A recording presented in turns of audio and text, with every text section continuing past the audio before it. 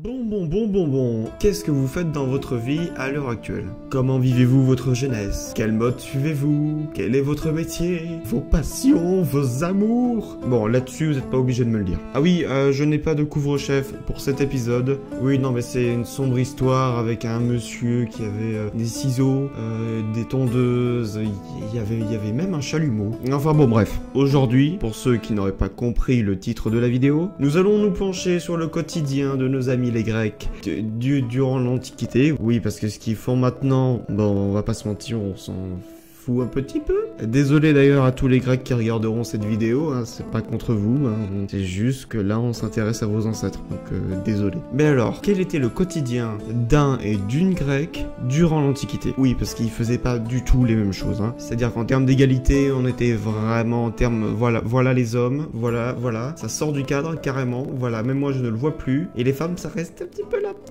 voilà, ça montait un petit peu, c'était pas fou, quoi. Alors, en passant de l'agriculture à la fabrication de parfums, découvrons tous ensemble ce qui faisait vibrer la vie des Grecs durant l'Antiquité. Et je rappelle que le sommaire de cette vidéo se trouve en description avec le timecode et tout qui va bien avec. Et sur ce, bah c'était le hibou pour vous servir. Allez, ciao! La maison, ou oikos, était une demeure abritant une famille grecque et ses esclaves. Contrairement aux maisons modernes qui donnent sur l'extérieur, une maison grecque était orientée vers une cour intérieure. La cour était l'élément central de la demeure. Elle était la source principale de lumière du jour et contenait les autels consacrés au... Le bâtiment contenait les pièces habituelles: chambre à coucher, réserve, cuisine et pièces à vivre. C'était généralement les femmes qui s'occupaient de la maisonnée, une responsabilité qui s'appelait en grec oikonomia et qui a inspiré le mot économie. Le couloir qui reliait la cour à la partie résidentielle de la maison était appelé. Les fouilles archéologiques menées sur le site de la ville d'Olynte ont montré qu'au 5e siècle avant l'ère commune, des pastas avaient été ajoutés au modèle classique de la maison grecque. Les Grecs n'hésitaient pas à mélanger leurs activités professionnelles et leur vie privée, et beaucoup travaillaient chez eux. Les artisans tels que les forgerons, sculpteurs et potiers avaient souvent des ateliers dans leur maison. Certains tenaient même une petite boutique afin de vendre leur production. De même, les médecins traitaient les patients dans des pièces spéciales situées chez eux. Les femmes aussi travaillaient. Elles étaient chargées de fabriquer tissus et vêtements. En fait, elles supervisaient le tissage, exécuté par des esclaves. Une maisonnée assez riche pouvait produire un surplus de textiles, lequel pouvait être vendu en cas de difficultés financières. La cour intérieure représentait le point central de la maison. Elle permettait à l'air de circuler et fournissait également un accès à la plupart des pièces. Elle abritait aussi parfois un puits ou une citerne qui récupérait l'eau. Au centre de la cour, on trouvait un autel consacré à Zeus Erkeios, protecteur de la maisonnée. Les femmes occupaient souvent ce lieu pour coudre et cuisiner, et les enfants comme terrain de jeu. Et si la famille avait des animaux domestiques ou de compagnie, c'est dans la cour qu'ils pouvaient s'ébattre librement. La salle de bain se trouvait à l'arrière de la maison. Comme aujourd'hui, on s'y lavait, mais les Grecs y faisaient aussi leur lessive et utilisaient des pots de chambre en guise de toilette. La plupart des salles de bain disposaient d'un loutérion que l'on pouvait remplir d'eau pour se laver. On trouvait aussi dans la salle de bain miroirs, rasoirs, strigiles et éponges, ainsi que de petits vases appelés aribales, que l'on remplissait généralement de parfums ou d'huile. Les maisons grecques disposaient de cuisines où étaient préparés les repas de la famille. Les Grecs mangeaient rarement de la viande. Elle n'était généralement au menu que lors des banquets ou après des sacrifices. Leur alimentation reposait essentiellement sur les céréales, pain, gruau ou galettes d'orge appelées masa. Il leur arrivait aussi de manger de temps à autre de la volaille, du poisson, des légumes, du fromage et du lait de chèvre et de l'huile d'olive. Les plats étaient cuits sur un trépied ou parfois dans un klibanos, une sorte de four transportable. On utilisait également en cuisine braseros, mortiers et pilons, broches pour cuire au-dessus du feu, plateaux et poêles. La cuisine servait aussi de garde-manger, les aliments étant conservés dans des pitoi. Les banquets, ou symposia, étaient des institutions sociales majeures en Grèce. C'étaient des réunions durant lesquelles on buvait. Ils se déroulaient dans l'androne, la partie de la maison réservée aux hommes, et les résidents ainsi que leurs invités étaient allongés sur des couches spéciales appelées clinés. La nourriture était servie sur des tables basses situées devant les couches, et le vin était placé dans un cratère, un vase à mélange, au centre de la pièce. Lors d'un symposion, les hommes buvaient, chantaient, entretenaient des discussions philosophiques et pratiquaient des jeux tels que le kotabos. Des musiciens et danseurs des deux sexes, et même des courtisanes, y prenaient souvent part. En revanche, les épouses et filles de la famille en étaient exclues. Le pyrgos, ou étage supérieur, était la partie de la maison où les femmes pouvaient mener leurs activités tout en observant la ville et son agitation sans être vues. Les toits étaient également utilisés lors d'un rite appelé Adonie, une fête privée en l'honneur d'Adonis qui était exclusivement réservée aux femmes. Au début du printemps, les femmes remplissaient des pots de terre cuite avec des graines de laitue et de la terre, puis grimpaient à une échelle pour déposer ces pots sur les toits. Ces pots devenaient alors les jardins d'Adonis, réservés aux femmes. La vinification remonte au 4e ou 3e millénaire avant l'ère commune. Cette technique s'est répandue en Grèce à l'âge du bronze et, en quelques siècles, les Grecs la raffinèrent.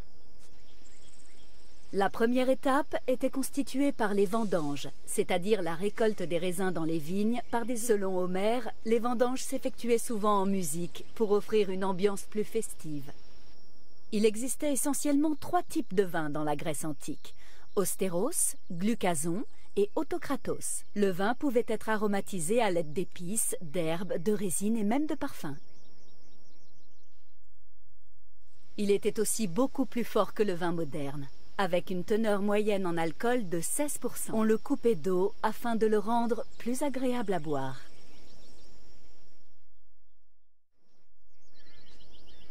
Les raisins étaient séchés afin de maximiser la teneur en sucre du vin. Et pour éviter que... Dans la plupart des vignobles, ce séchage consistait à laisser les raisins au soleil le jour et à les recouvrir la nuit pour empêcher l'accumulation de rosée.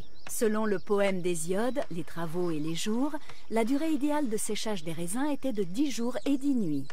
Une fois bien séchés, les raisins étaient placés dans des jarres, comme aujourd'hui. Les Grecs employaient plusieurs méthodes pour écraser les raisins. La plus courante était d'employer un lénos, un vaste récipient de foulage où les ouvriers piétinaient le raisin. Mais les Grecs écrasaient aussi le raisin à la main avec une sorte de passoire, les réduisaient en pulpe avec un mortier et un pilon ou les pressaient à l'intérieur d'une sorte de sac. Une fois le raisin pressé, le jus était versé dans de grands récipients appelés pitoi. Après fermentation complète, le vin était filtré dans un ethmos, une passoire, ou un sac. Ceci le séparait de la levure restante appelée lie. Le vin était alors placé dans un entrepôt spécial. Cette salle était dépourvue d'humidité et les pitoi étaient enfouis à moitié afin de conserver une température constante de 15 degrés Celsius. Ceci permettait au vin de conserver toutes ses qualités avant d'être expédié au marché. Quand le vin était prêt à être expédié, il était versé dans des conteneurs appelés amphores. Elles étaient plus petites que les pitoi, ce qui facilitait leur transport et leur présentation dans les marchés bondés. Cela ne signifie pas pour autant que le transport du vin était une entreprise sans danger. Il arrivait parfois que des navires chargés de vin fassent naufrage avant d'arriver à destination, ce qui entraînait la perte de centaines d'amphores. Les jeunes filles des cités de la Grèce antique étaient généralement élevées par une nourrice. Elles restaient la plupart du temps dans la partie de la maison réservée aux femmes, le gynécée, où elles filaient et tissaient. Si les preuves historiques évoquant des jeux entre jeunes filles sont moins nombreuses que celles décrivant des jeux entre garçons, on sait que de tels jeux ont existé. Par exemple, une statuette en terre cuite présente 2 filles en train de pratiquer un jeu appelé ephedrismos. Il s'agissait de frapper à distance une pierre maintenue droite, à l'aide d'un galet ou d'une balle. La perdante devait fermer les yeux et porter la gagnante jusqu'à ce qu'elle réussisse à toucher de la main la pierre en question.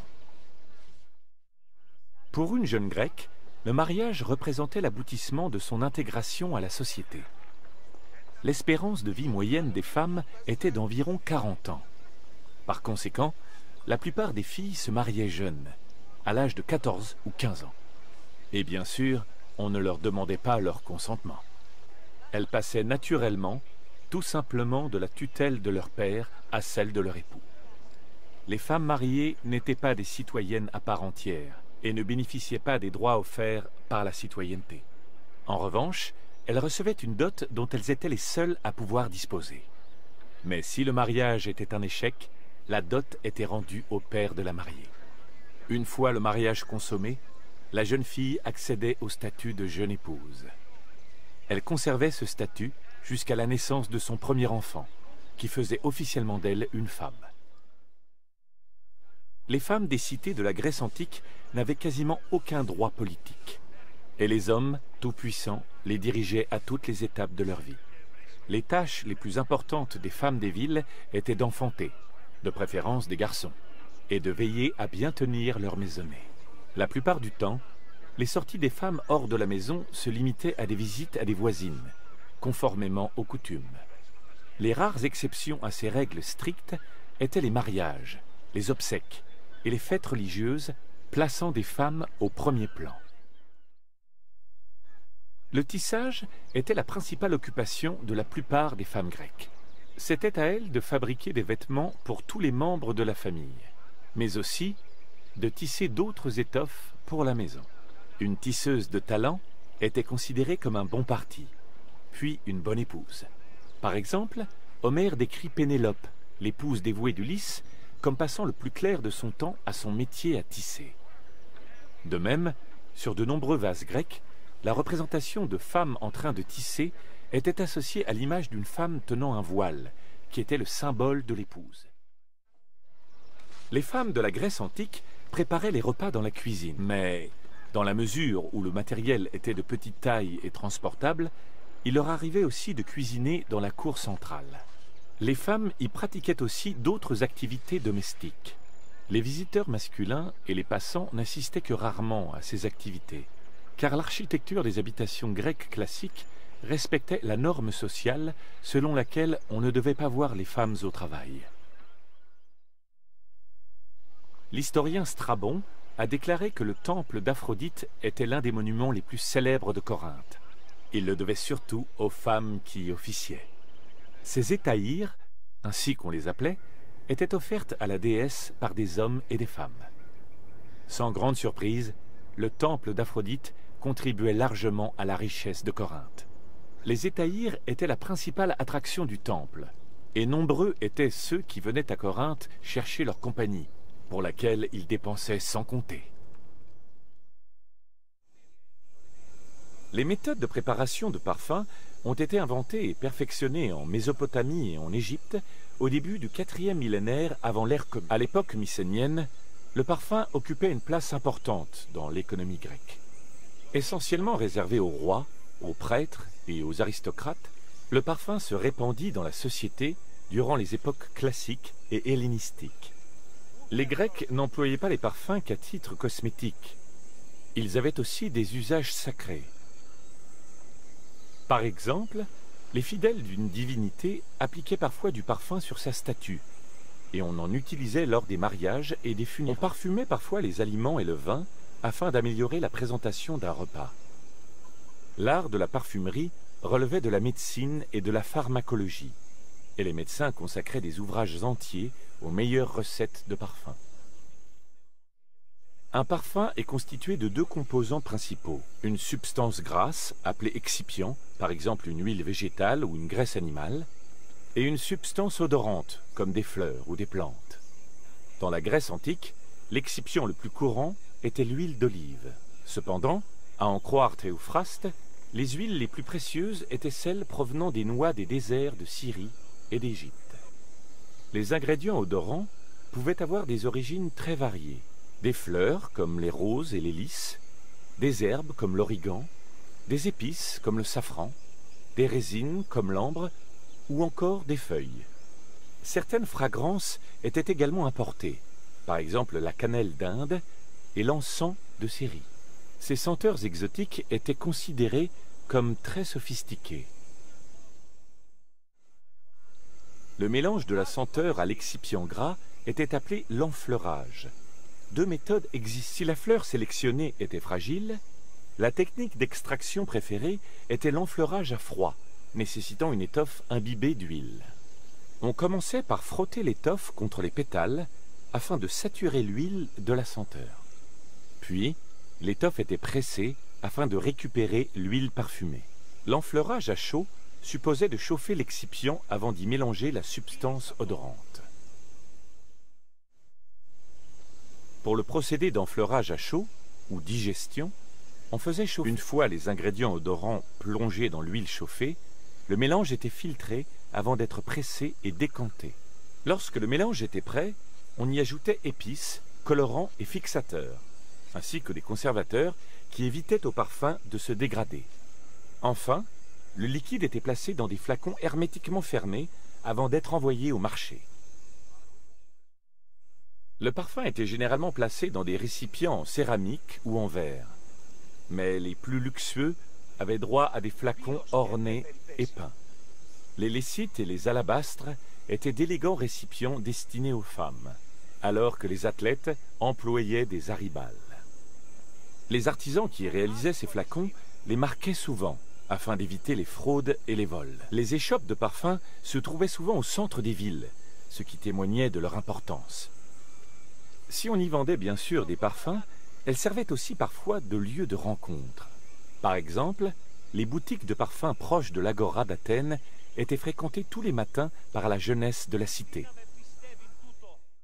La fonction principale du parfum était d'attirer les membres du sexe opposé et du même sexe. On peut faire remonter cette pratique à un passage de l'Iliade, dans lequel Héra emploie du parfum afin de séduire Zeus.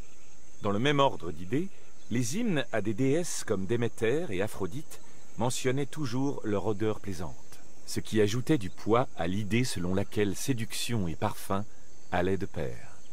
Mais le parfum était aussi un symbole de statut social.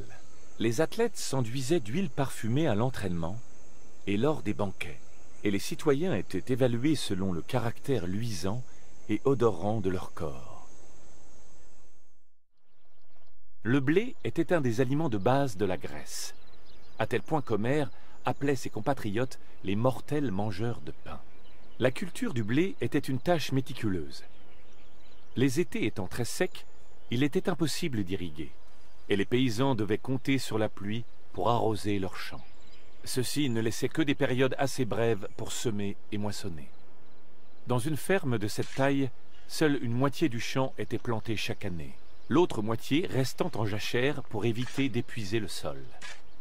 Selon le poète Hésiode, la meilleure période pour semer était l'automne, et l'idéal était de moissonner en mai. Par chance, si les paysans rataient cette occasion, ils pouvaient quand même planter du millet au printemps. Avant de pouvoir semer dans un champ, la terre devait être labourée 3 fois. Une fois au printemps, pour éliminer les mauvaises herbes, de nouveau en été pour aérer le sol, et une dernière fois en hiver, pour planter les graines dans une terre humide. La charrue était tirée par 2 bœufs, tandis que l'on semait à la main. Une fois les graines plantées, un enfant retournait le sol à la binette pour les protéger des oiseaux. Les semailles terminées, les paysans attendaient que les pluies d'hiver arrosent leurs champs. Ils priaient aussi Déméter, la déesse de l'agriculture, et sa fille Perséphone, dans l'espoir d'obtenir une récolte abondante au printemps. Le blé était moissonné à l'aide d'un outil à lame incurvée appelé faucille. Le dos au vent, les moissonneurs coupaient les tiges, laissaient les gerbes derrière eux et poursuivaient leur avancée dans le champ. La récolte terminée, les gerbes étaient apportées à l'aire de battage.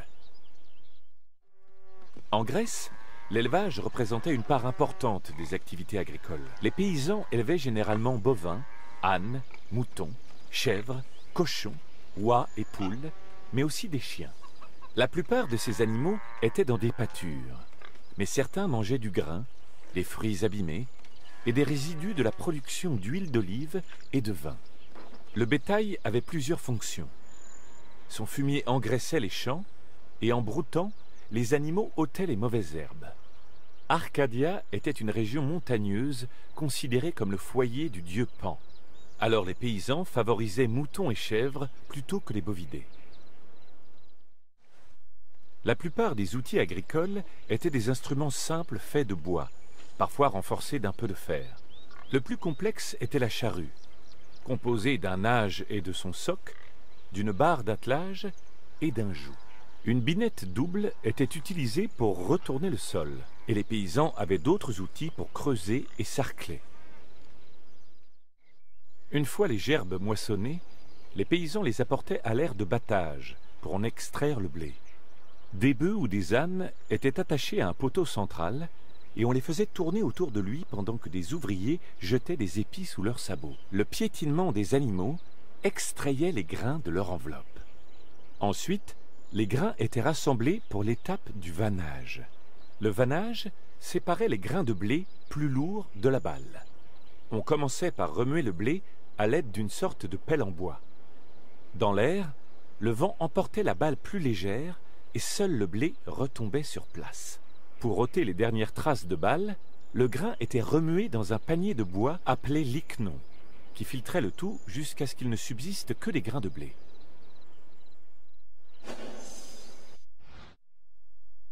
L'orge, qui était utilisée pour faire de la farine, était différente des autres types de grains. Le battage ne suffisait pas à séparer l'orge de son enveloppe. Alors, on la faisait griller dans un instrument spécial appelé frigétron. Une fois grillée, l'orge était écrasée à l'aide d'un mortier et d'un pilon.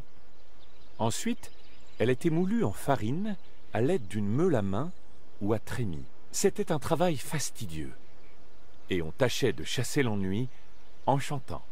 Une fois l'orge entièrement moulue, elle était tamisée à l'aide d'un panier d'osier appelé kosquinon et était enfin prête à l'usage. Les lieux où le grain était entreposé devaient être sombres, frais, fermés, mais assez aérés pour éviter qu'il moisisse. Selon Hésiode, la méthode d'entreposage préférée était un pitos, un récipient identique à la mythique boîte de Pandore. Les fouilles archéologiques tendent à prouver que les Grecs stockaient aussi leurs grains dans de petits édifices faits de branchages. Les fermes devaient généralement stocker assez de grains pour la consommation de l'année et de quoi semer l'année suivante.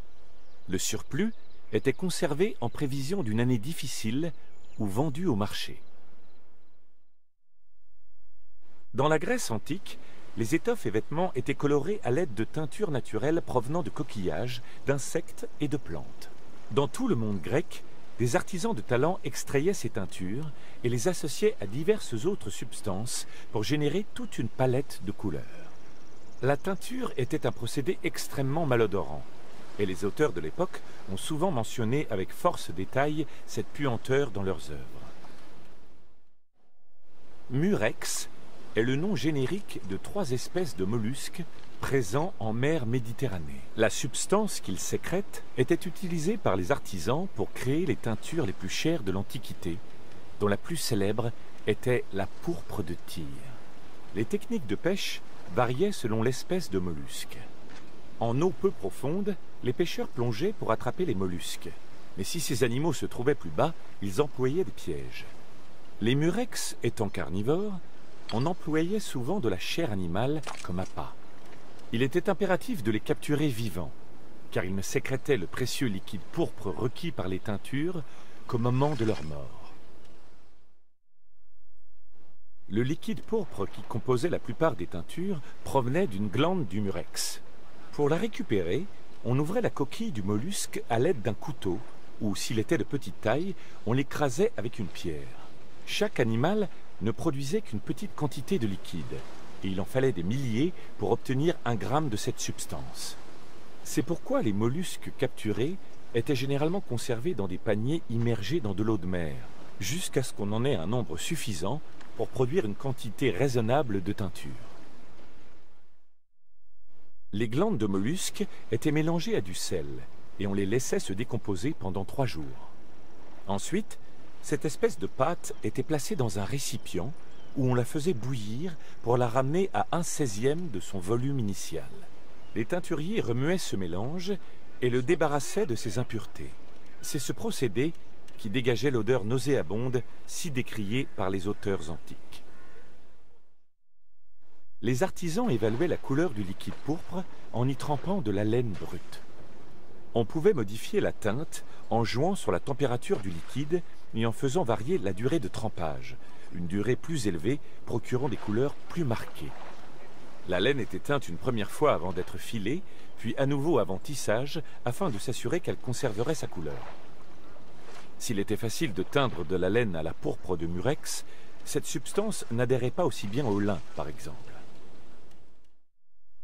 La plupart des vêtements grecs étaient composés d'une étoffe rectangulaire, qui n'était que rarement coupée ou cousue. Ils étaient généralement drapés autour du corps et maintenus en place à l'aide de ceintures, fibules et boutons. La teinture permettait d'apporter un style distinctif. On employait aussi beaucoup les décorations, qui étaient tissées ou peintes. Elles représentaient des animaux, des personnages et des scènes de la mythologie. La fabrication et le commerce des étoffes comptaient parmi les activités les plus lucratives de l'Athènes de la période classique. Les tissus étaient en laine ou en lin, la laine étant la plus courante. Les femmes produisaient les vêtements de leur maisonnée, mais on trouvait également des ateliers professionnels tenus par des hommes. D'autres tissus étaient fabriqués par des esclaves et des ouvriers, sous la supervision de maîtres tisserands et de teinturiers. La fonction des vêtements ne se limitait pas à tenir chaud. Ils exprimaient l'identité sociale sous la forme du genre, du statut et de l'origine ethnique. Pour ce faire, on faisait appel aux vêtements proprement dits et à des accessoires, mais aussi aux bijoux, coiffures, parfums et cosmétiques. Les Grecs fortunés portaient généralement des vêtements de grande qualité, et leurs accessoires étaient en or, en argent, voire en pierres précieuses. Les ombrelles et éventails étaient très appréciés de l'élite et généralement portés par des esclaves accompagnant leur maître ou maîtresse. Les vêtements grecs les plus courants étaient le péplos, le chiton et l'imation. Le péplos, vêtement féminin par excellence, était très long. On le repliait sur lui-même et on le portait drapé sur le corps et maintenu par des fibules aux épaules. Le chiton était une tunique dotée de manches. Les chitons descendant aux chevilles étaient normalement portés par des femmes, les hommes utilisant une version plus courte. L'imation était une sorte de manteau porté par-dessus un chiton ou un péplos. En dehors de la vie quotidienne, il existait aussi des tenues spéciales pour les grandes occasions, telles que les mariages ou les cérémonies religieuses. Le Kerameikos était un vaste quartier au nord-ouest de l'acropole d'Athènes. S'il était en partie utilisé comme cimetière, c'était aussi le lieu où l'on fabriquait les poteries. Le Kerameikos fut si important pour cette forme d'art que son nom fut dérivé en céramique pour le produit comme pour le lieu lui-même. Peut-être attirés par le cours d'eau, les potiers s'installèrent là et formèrent rapidement une communauté florissante. On pense qu'à la fin du 5e siècle avant l'ère commune, des centaines de milliers d'objets en poterie avaient été fabriqués à Athènes. Allant des grands pots de cuisine sans décoration à de splendides et délicats récipients réservés aux huiles les plus précieuses. Hélas, 1% seulement environ de ces œuvres nous est parvenu, parfois en tout petits fragments. L'argile ne pouvait pas passer directement du cours d'eau autour du potier. Les potiers athéniens employaient une argile riche en fer, ce qui procurait à leurs produits leur couleur rouge-orangée distinctive.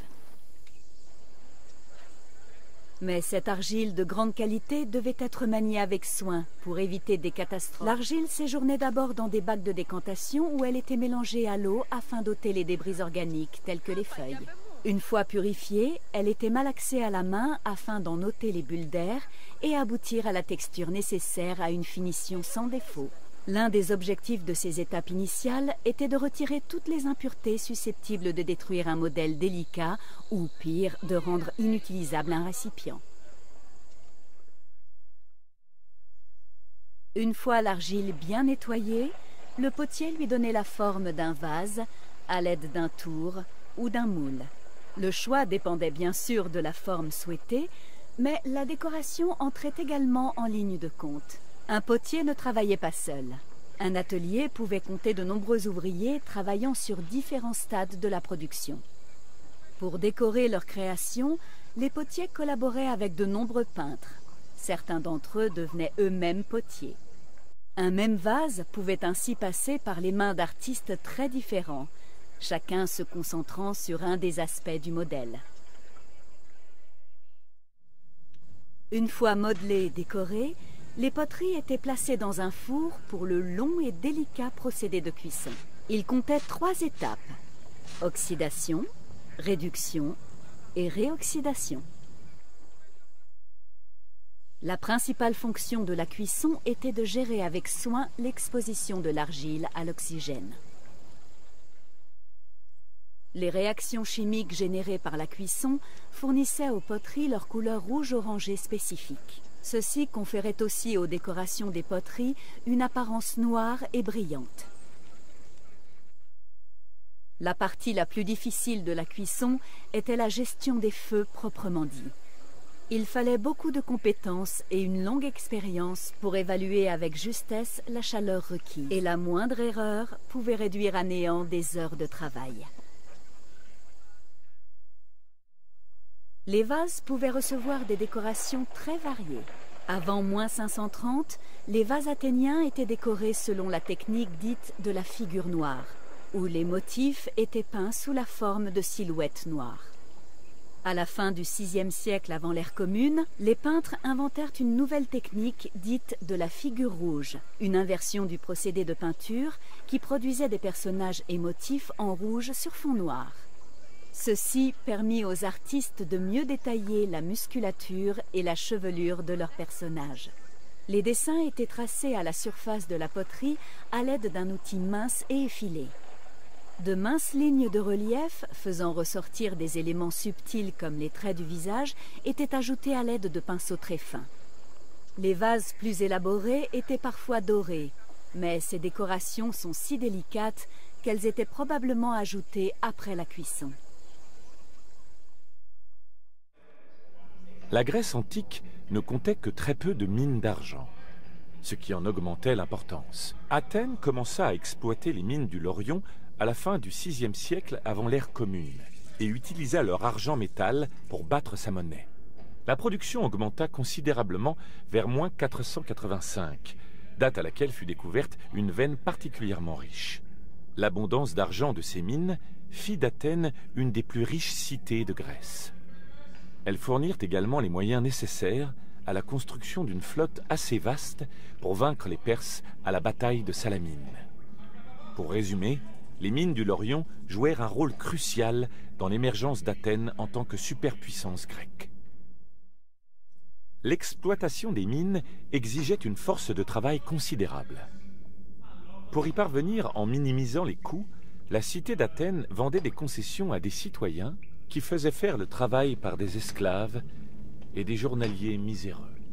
Au 5e siècle avant notre ère, on estime qu'entre 10 000 et 30 000 ouvriers s'épuisaient simultanément à la tâche dans les mines du Laurion. Ensemble, ces ouvriers parvenaient à produire une vingtaine de tonnes d'argent par an. L'activité minière du Laurion comptait 2 étapes. Il s'agissait d'extraire le minerai, puis de l'affiner. Il fallait environ 16 kilos de minerai brut pour produire une seule drachme d'argent pur, pesant 4 grammes.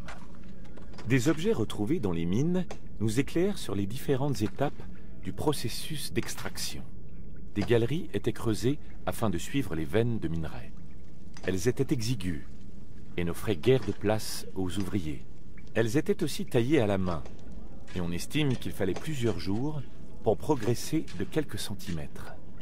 Lorsque les galeries atteignaient finalement les veines, le minerai était extrait, puis broyé dans un mortier afin de le préparer au lavage. Les ouvriers utilisaient des lavoirs pour séparer le minerai de la roche. L'opération de lavage réclamait beaucoup d'eau. Or, le Laurion était une région très aride. Il fallut donc créer des citernes dans la zone d'extraction afin de récupérer et conserver l'eau de pluie. Lorsqu'ils disposaient d'assez d'eau, les ouvriers la versaient dans des sortes d'auges en bois contenant roches et minerais. Le courant séparait les grains de roche du minerai, plus lourd, et ce dernier aboutissait dans des creux situés dans le fond de l'auge. Le minerai ainsi nettoyé était récupéré pour affinage, et l'eau était renvoyée dans une citerne pour être réutilisée ultérieurement. Une fois propre et sec, le minerai était prêt à être fondu. Le but était d'isoler l'argent du minerai. Pour ce faire, le minerai était placé dans un four conique rempli de charbon de bois. Des soufflets alimentaient le four en air afin de contrôler la température. À l'intérieur, le minerai brûlait en émettant une fumée toxique qui était évacuée par une cheminée. Finalement, l'alliage d'argent était séparé des crasses et récupéré pour la dernière étape de l'affinage, la coupellation. La coupellation séparait de l'argent le plomb qui pouvait subsister. L'alliage fondu était placé dans une coupelle, un bol absorbant fait de cendres d'os. Cette coupelle était placée dans un four où elle absorbait le plomb pour ne laisser que l'argent. Lorsque les mines du Laurion appartenaient à Athènes, la cité accordait souvent, contre rémunération, des concessions à des citoyens qui exploitaient les lieux pour 3 à 10 ans. Ces citoyens y faisaient travailler des esclaves et des hommes libres, mais pauvres. L'espérance de vie des ouvriers était très faible, de 3 à 5 ans, en raison des conditions de travail. Les risques majeurs étaient les vapeurs toxiques de plomb et la poussière omniprésente dans les galeries. Ils étaient en revanche bien nourris, de manière à pouvoir travailler, et leurs efforts permettaient d'extraire, estime-t-on, quelques 20 tonnes d'argent par an. Ithoutos asteros, υπότα όρη και τον αλήκλειστον πόδων, τόσο non αρακολούθη, αριστητών ητόρων, είδε ιεραρούς ήτους τολμώντας, ευκαρδίως προσκοπήν, των σφών ποτμών.